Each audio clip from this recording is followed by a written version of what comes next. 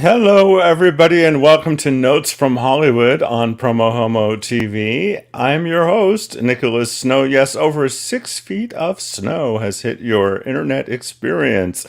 I was a little nervous coming into the show because my star for the episode was not yet in the green room, but she's there now.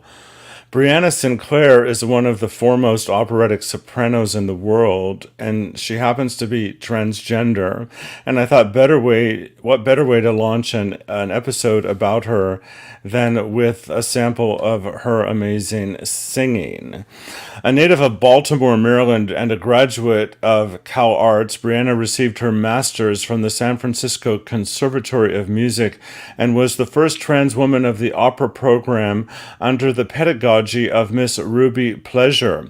Operatic performances include Carmen, La Calisto, The Old Maid and the Thief, The Magic Flute, and I'm not going to try to pronounce that one, and West Side Story, as well as Meredith Monk's Songs of Ascension at REDCAT and Zachary Sharrin's Time Bodies at MOCA. Outside of opera, Sinclairé has enjoyed a variety of performance opportunities with LGBTQ and other nonprofit organizations throughout the nation. Most recently with the Gay Men's Choruses of Washington, D.C. and San Francisco. She made her debut at the Walt Disney Concert Hall with the Los Angeles Gay Men's Chorus. Other performances include Americans for the Arts, Washington, D.C., and Toronto Pride Festivals, San Francisco Trans March, Fresh Meat Trans and Queer Arts Festivals, Harvey Milk LGBT Democratic Club, and the list goes on. But I know you really want to hear from the diva herself, and I'll be back with her in 2 minutes. PromoHomo.TV is all about empowering you, our communities, and our world. For their support of PromoHomo.TV, I wish to thank my sponsors, DAP Health. I've been a grateful client of DAP Health for more than a decade. One of their value statements, we welcome all people, period.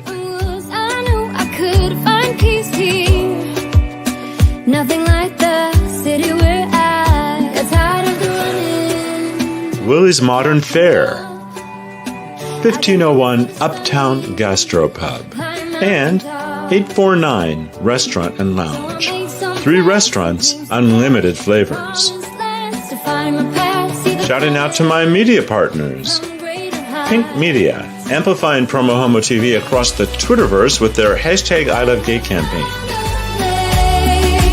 David Perry and Associates, a PR and marketing firm. GayDesertGuide.lgbt, and KGay 1065 Palm Springs, available worldwide.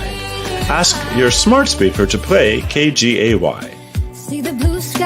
And last but not least, the PromoHomo.TV superstars who voluntarily subscribe to the free content at PromoHomo.TV for as little as $1 a month. Join them at patreon.com/PromoHomo.TV. Meet many of them at PromoHomo.TV/superstars. Now here's how you can step up to the plate. To find out how you can help me empower you, our communities, and our world, visit PromoHomo.TV/empower. Thank you.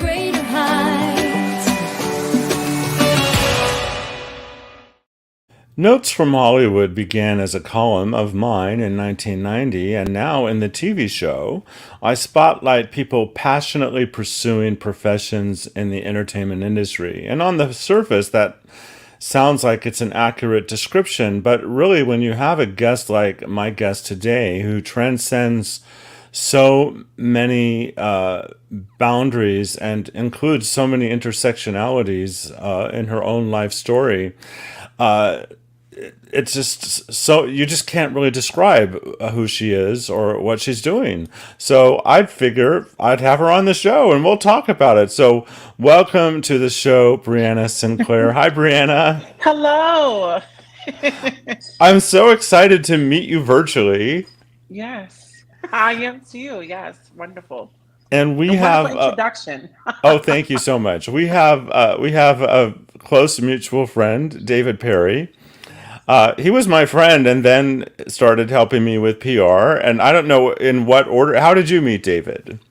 So the funny thing is when David had his show, he had like a television series where he interviewed guests, and his assistant, Michael McCall, uh, told him about me when I performed the national anthem for the Oakland A's. And so then David invited me to his show. He interviewed me. This was like I was really fresh out of college, like my master's program. And yeah, and the rest was history. And then I think 2 years after I was interviewed with David, he sent me an email and he said, I would love to discuss represent you PR wise in my profession. And so here we are today. And how many years have you been working together? Wow. So it's been since 27, I think since 2017, 28. Yeah, Well, 2017.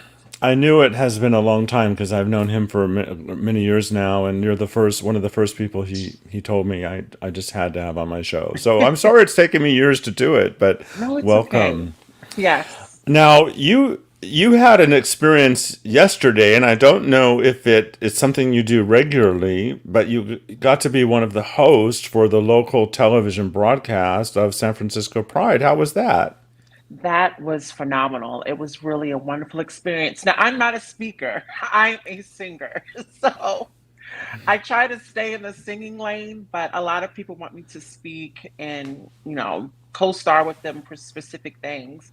And so the anchor, Reed Cowan, he interviewed me for a piece for Pride, where he interviewed me singing the national anthem for the San Francisco Giants, which was actually my second time singing for them.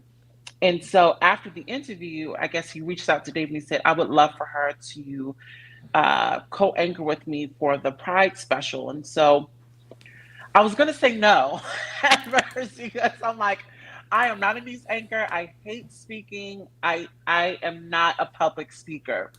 So, but then I took a second thought of it, and then that's how that all happened. And I said yes, and it was fantastic. I love Reed Cowan. He made me so comfortable in the studio when we were hosting the SF Pride, and also he interviewed so many people with all these different stories and backgrounds, and there was one story about this gender nonconforming designer who specifically did a fashion website, clothing line specifically for trans men and gender nonconforming, and it was just beautiful stories. And so it was really nice, to be involved in, the epic, uh, uh, epic scene of the Pride Festival. Well, congratulations on that. Now, one of the things that I'm in awe of about your story is that, you know, people of color are under attack in our country. Women are under attack. Black women are under attack. Transgender individuals, especially trans women, are under attack, and black trans women are under attack. So you have so many intersectionalities in your own humanity that are under attack. Mhm. And just surviving in life is a huge accomplishment when you have so much going against you. But not only are you a survivor, you are a thriver, and you have a life story to prove it. And I'm wondering if you could talk about why you think in your own circumstances you've been able to survive and thrive, given that the deck was really stacked against you. My my gay uncle, my gunkle, Bert, he said this to me. So when I was going through a gender confirmation surgery and I almost died in the hospital table, my uncle said to me when I got through the procedure and everything, my uncle said, you are in a long line of very strong Black women in your family. That's why you survived. And I was like, okay. And so I think that strength generationally has blessed me to, survive all the turbulent experiences that I've had from being homeless on the street, from dealing with a lot of abuse, um, from just a whole bunch of things. And, my father being extremely abusive when I was a kid because he did not feel comfortable in me being I guess feminine in his eyes, but I just never fit in the masculine world. And I think my family kept forcing me, not force me, but they prefer that I was gay than I was transitioning. And I don't know why, because we're all a part of the same rainbow. So, Well, and there's a lot of LGB people that don't understand that they're part of the exactly, same rainbow. There's exactly. work to do on all fronts. Yes. And I think, surviving homelessness and surviving the abuse of my father. And, there was an incident where I was dating someone in my bachelor's degree, and the Santa Clarita police, stopped us, thought that I was a hooker when I was actually going to college, and pulled me out of the car and then stripped me naked on the sidewalk and was badgering me and screaming at the guy that I was dating that, uh, like, oh, this is a man. And I was just being ridiculed. And there's this kind of, especially with Black trans women like myself, there is this certain anxiety and fear to be out in public because we are constantly ostracized of just being who we are. And also, it also links with racism. Black bodies and Black people, we are consistently being targeted, and so that on top of being trans is a lot. And I think with me singing and as an opera singer, professional opera singer, it really relieves me of my pain and my trauma. And I know that sounds cliche, but it really does. And I think when I sing, I try to make sure the audience feel that as well, being relieved from their trauma, being relieved from their pain for just an hour, 30 minutes, or whatever.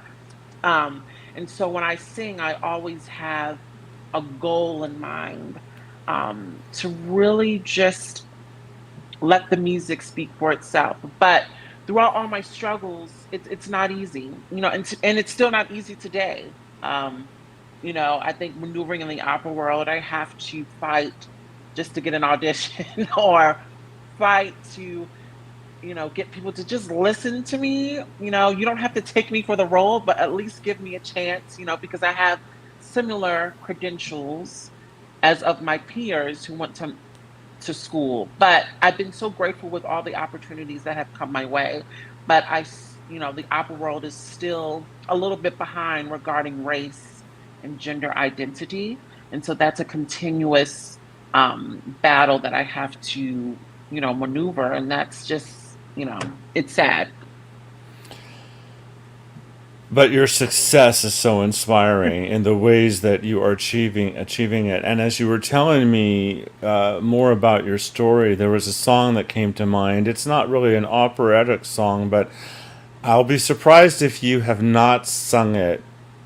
This is me, Oh, actually, by from The Greatest Showman. yes, The Greatest Showman. So I believe I sing that with the Gaymen's Chorus of Washington, D.C. They did that song and they did several soloists. And I think I did like, what I can remember, I did like the ending portion of it, the high portion, the dramatic climax of the song. But yes, I love that song. The song just speaks volumes to our community as a whole. Just, this is me. I'm This is getting us, goosebumps when I you think know? about your story and stories like that.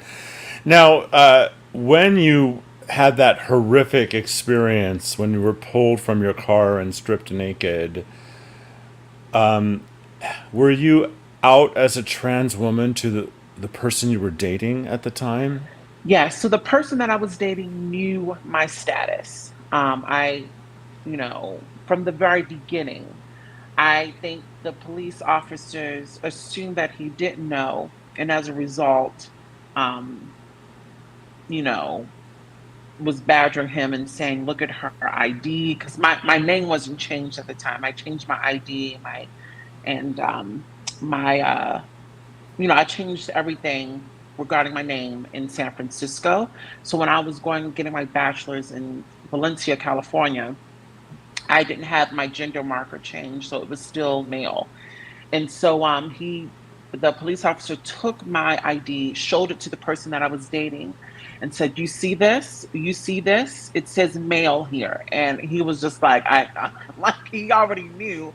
So it was kind of yeah. And then ever since that day, I've never seen him again. But it was quite that was one of the many traumatizing experiences that I've had, especially when I was homeless in New York, people spitting on me. I only had two pairs of clothes, sleeping in parks, staying all night at the, 24-hour cafes. It was I when I was homeless in 2010, um I really thought that my life was over. And I see this a lot. I really did. I thought, this is it. I am not going to finish my degree, but it was one of the a friend of mine, well, friended now, but prior, he didn't know who I was, and he heard me humming in a like a corner store because I was going to steal some food. I was so hungry. And he said, "Wow, you have a beautiful voice. What are you doing?" I said, "Well, I'm here because I wanted to study with a voice teacher, but everything went awry because the people that I was staying with felt uncomfortable with me staying with them, so they threw all my stuff in the garbage. So I only took out two pairs of clothes in the garbage can in a purse." And so and I was like pretty much like just in a really bad time. So what the guy did, I'll keep his name unknown. Um, he wrote a check and he sent me back to California, and he said, "I want you to finish your bachelor's degree, and when you are finished, I want you to text me your degree." And he saved my life. And there was no exchange, nothing. He just sent me back to California to finish my degree because, he said I had a gift and I needed to finish. And so when I finished, I ended up getting my master's, and I'm just very grateful to be alive, you know? Has that person, did you stay in touch with him? Oh, yes. Have they been to hear you sing? Yes, so I guess they see it on my social media and stuff, but we're still in touch. And yeah, he is very proud of me. I think yeah, he sent me flowers when I got my master's degree. He keeps telling me to keep going and don't give up, so I'm very grateful for him. He was kind of like my angel.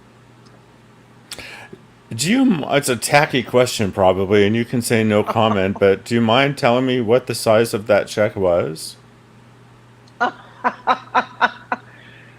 It was it was a good amount. Like, was it enough for a bus fare or was it enough for an apartment and a year of college? No, no, no. So I had scholarship paid for my schooling when I got my bachelor's, but it was Okay. enough to pay for my plane ticket and to pay for my housing while I was the housing in my dorm room when I was getting my bachelor's for 1 year. Well, that is just a beautiful story. Now, I want to just jump to the triumph, and I have prepared some photos, and I thought it would be Oh, fun for me to just show some photos, and you can talk about where the photos. Oh, that's not what I'm looking for. Just one second. I'm going to bring up a different screen here.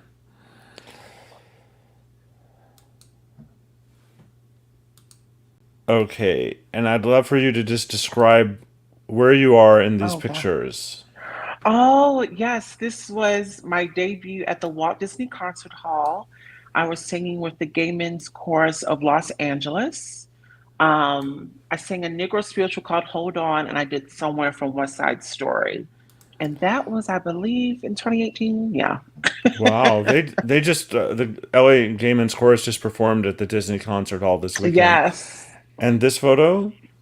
This was at the Fresh Meat Festival.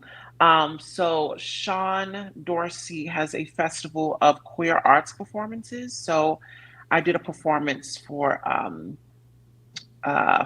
the event, and they have it every summer. They have it during Pride Month, and they have like poetry reading, performances, singing, whatever. And the audience is always sold out this show, and it's called Fresh Meat Festival. And that's Disney Hall Yeah, that's again. Disney And that's Hall. that Yeah. performance. Okay, here's another one. Okay, what was I think that was Golden Gate Business Association luncheon, and I performed O mio papino carro at that event. I was like literally kind of like my first year post master's degree, so I was still like learning how to perform. Well, I just loved the clip of that song that you had, even though the video quality wasn't the best, the audio was beautiful, and that's why I wanted to open the show with it. That's Yeah. Disney Hall Oh, again, and that's one of oh, yeah, your headshots. current press photos. Yeah, Well, that's actually an that's old photo. uh, um, well, you're beautiful. You're beautiful. Um, what are you doing now? Oh, yes. So right now, there's a couple of projects in the works that I can't discuss about, but I am, yeah, just continuing with my voice lessons and just working and working and working and working. So I think right now I just want a little, I'm having a little break, and then I'll be doing some Christmas stuff and some fall programs and everything like that. And, because Pride Month and months before Pride, it can be very hectic for me. So, Oh, sure. Now, I hope that one of the projects that you can't talk about is like a book deal or a movie deal because you've you've got the goods for the story. oh, well, I mean, there's no book deal, movie deal, but I am in process of working on a memoir. Um, but it'll probably be in the next year or two for that. Um, but yeah, we'll see how it goes. Okay. So I want to put this up now. When you are performing for the public, are your events listed at your website? No. So I normally post them on Instagram or Facebook because a lot of the people who come to my shows or are interested look at those social media platforms, which eventually I will probably start putting them on my website. So you're searchable. Your public page is searchable under your name on Facebook. What is your at on Insta? So it's Brianna Elise Sinclair. So it's BR, E as in Edgar, A as in Apple, NNAELYCE, Sinclair, Sinclaire. All right, you tell me if this is correct. Yep, that's correct. On Insta. Okay, On because Insta. I personally want to know how to know when you're performing, Yes. and I know that they're going to want to know that too. Yes, and So you'll see the interview from Pride. I recently just posted that with Reed Collins, so on you'll be able to see Insta. that. Yeah, on Instagram. Yes. Oh, that's lovely. So I think I'm going to be able to play uh, the video. All these videos are sort of rough, but I think I'm going to be able to play the video of you at the ball game. So let me just Oh try to. no, don't, You don't want not that. that? No, All right, that if you was don't, terrible. I or was so nervous. what about the Equality California Awards? Is that one all right? Yeah, we could do that one. Okay, let me just try to load that one up here.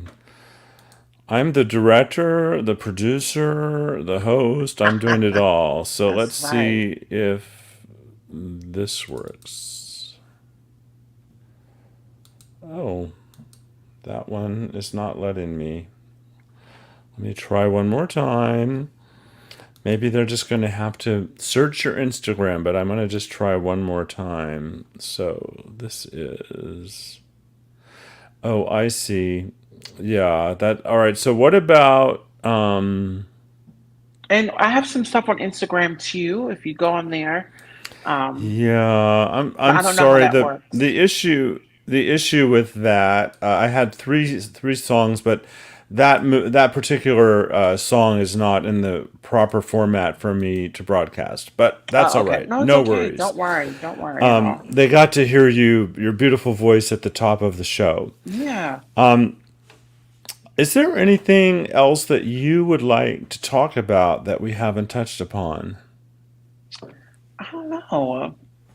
I mean, I feel I feel like we've kind of like discussed a lot of things in a very short period of time, Well, we but did. It's just like, who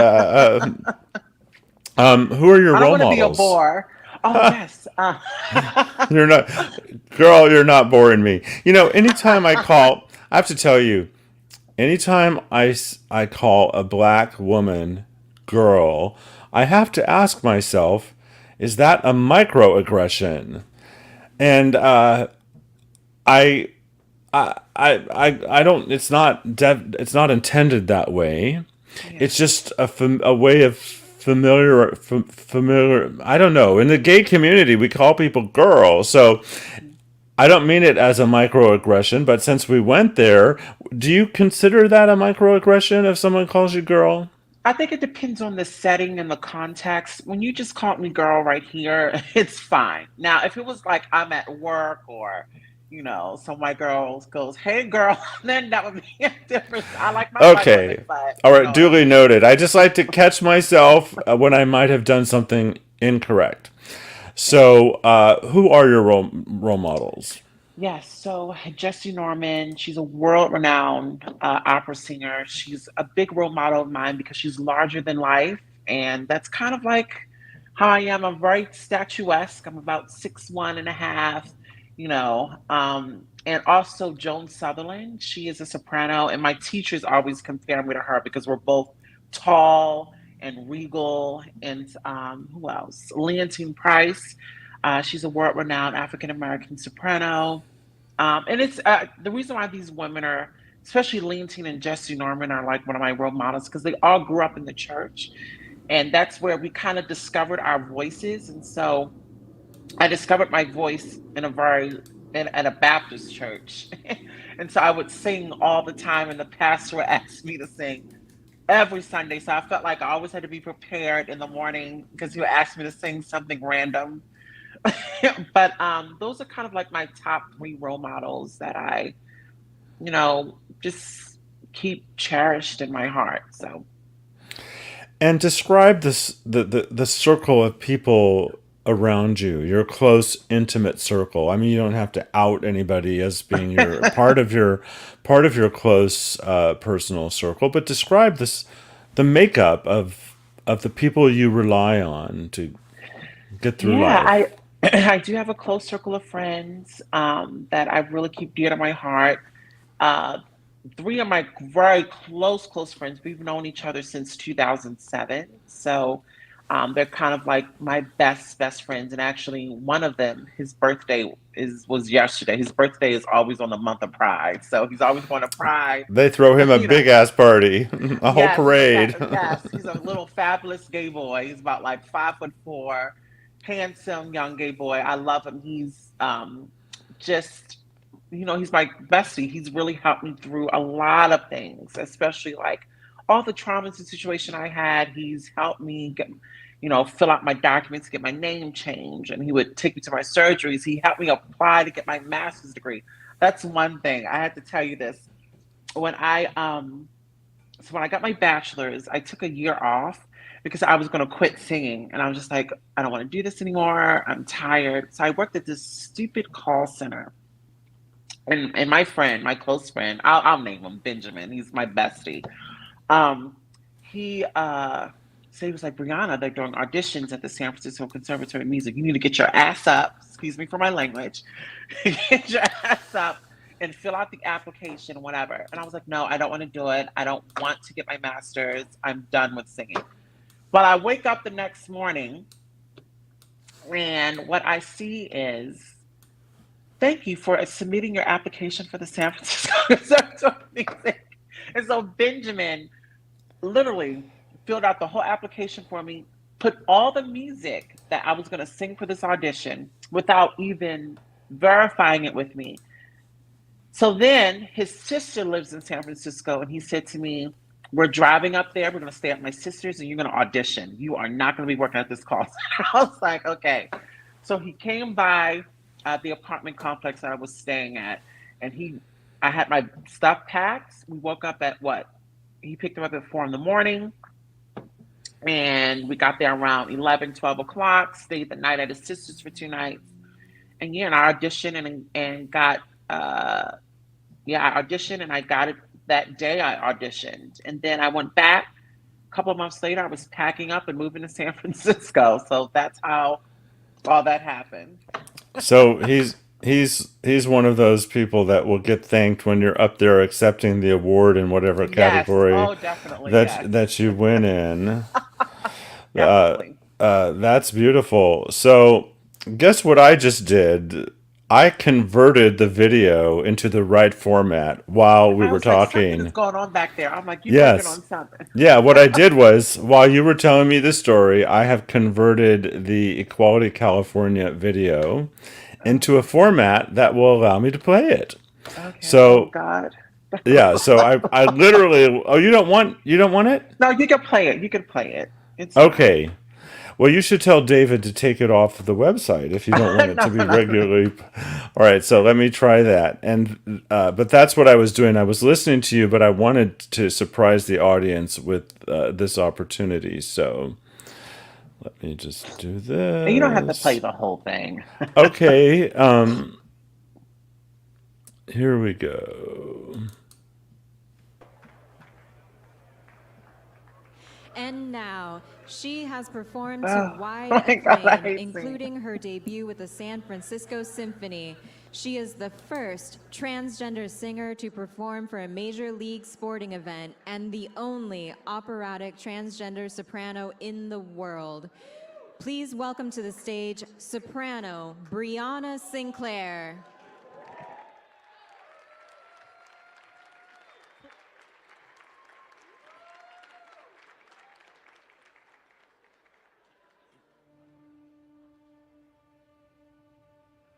There's a place for us, somewhere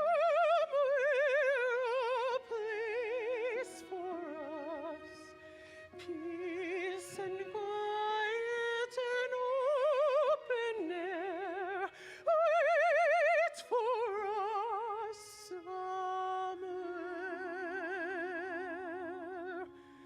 There's a time for us, someday a time for us, time together with time to spare, time to learn, time to care.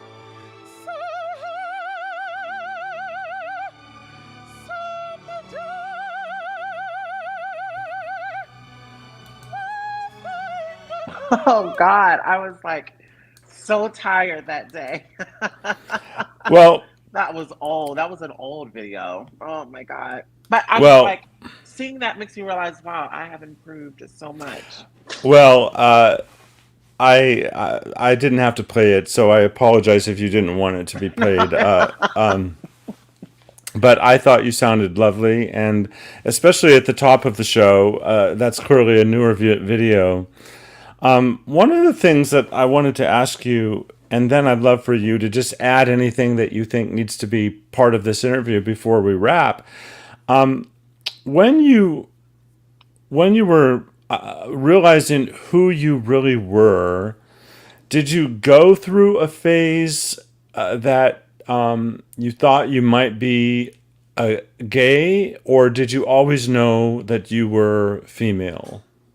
So I always knew that I was female for a long time since I was like 5 years old.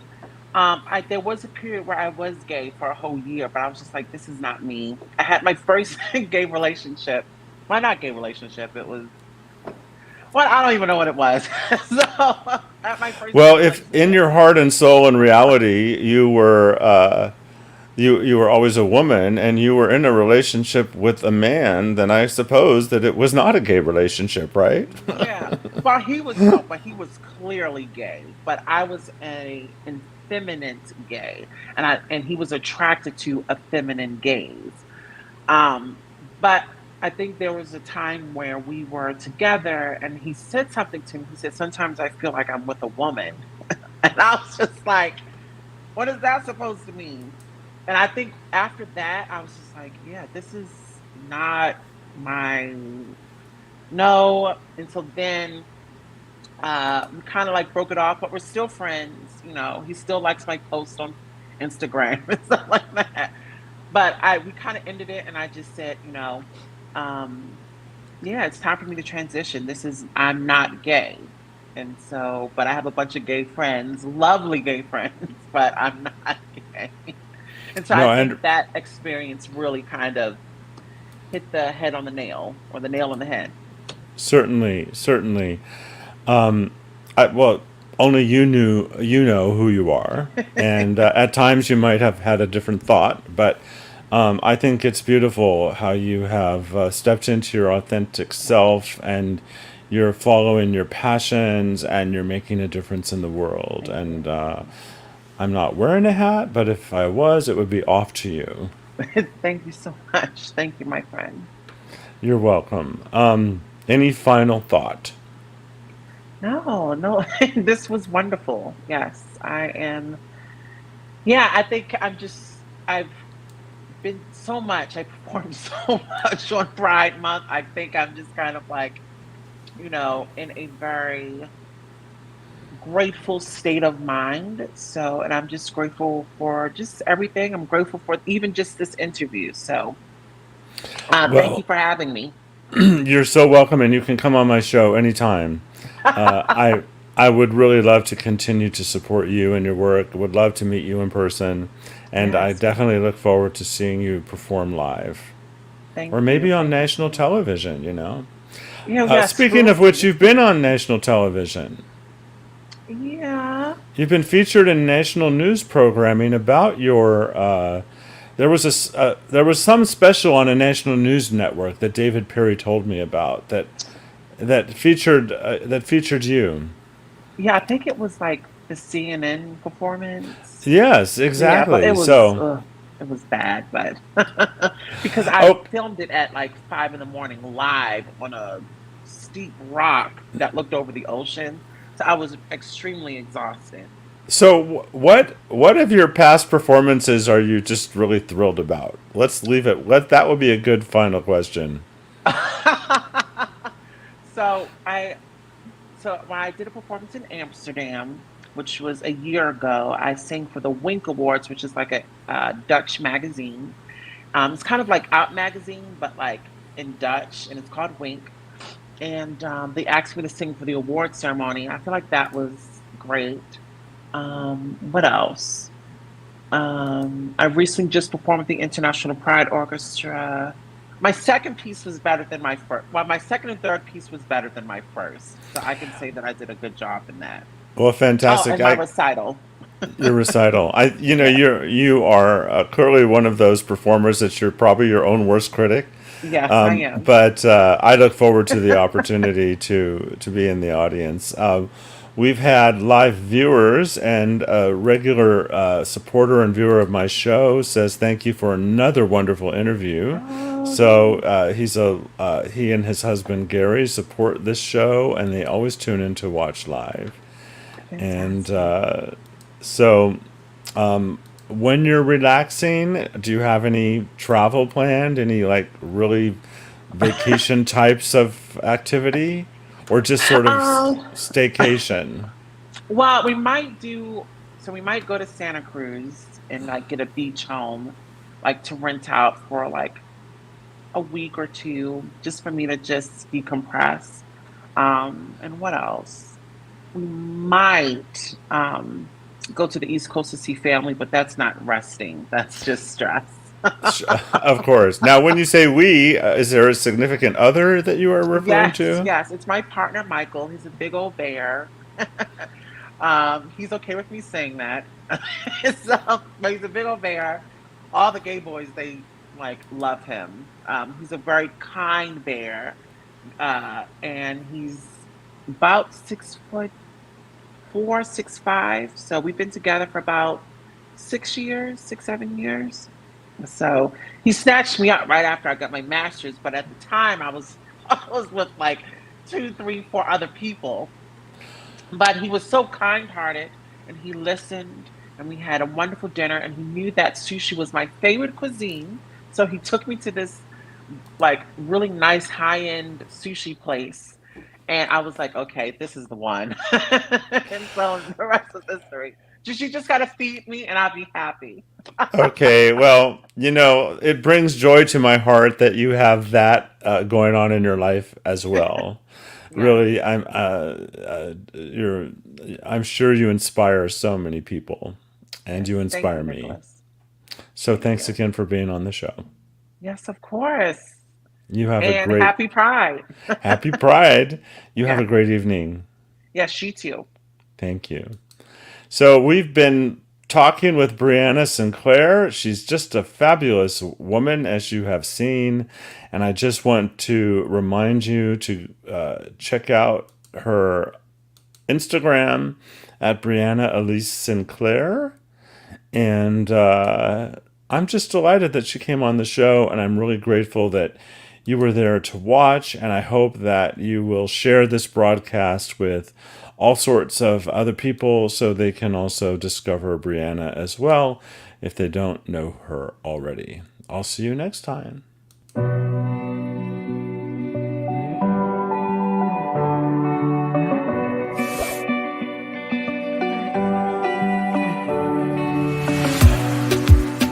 In a safe place, I got room to breathe. Been a long chase, but at last I'm free. These open woods, I knew I could find peace here. Nothing like the city where I got tired of the running, the catching up.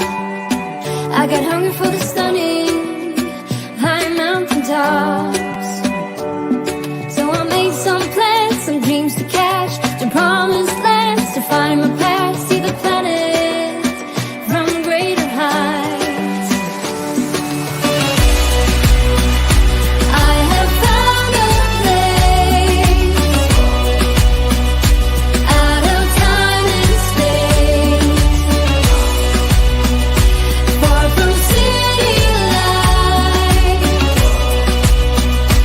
up on greater heights. See the blue sky, feel the wind that blows.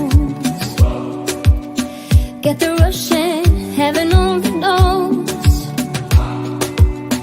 I'm all alone, still lying far from lonely.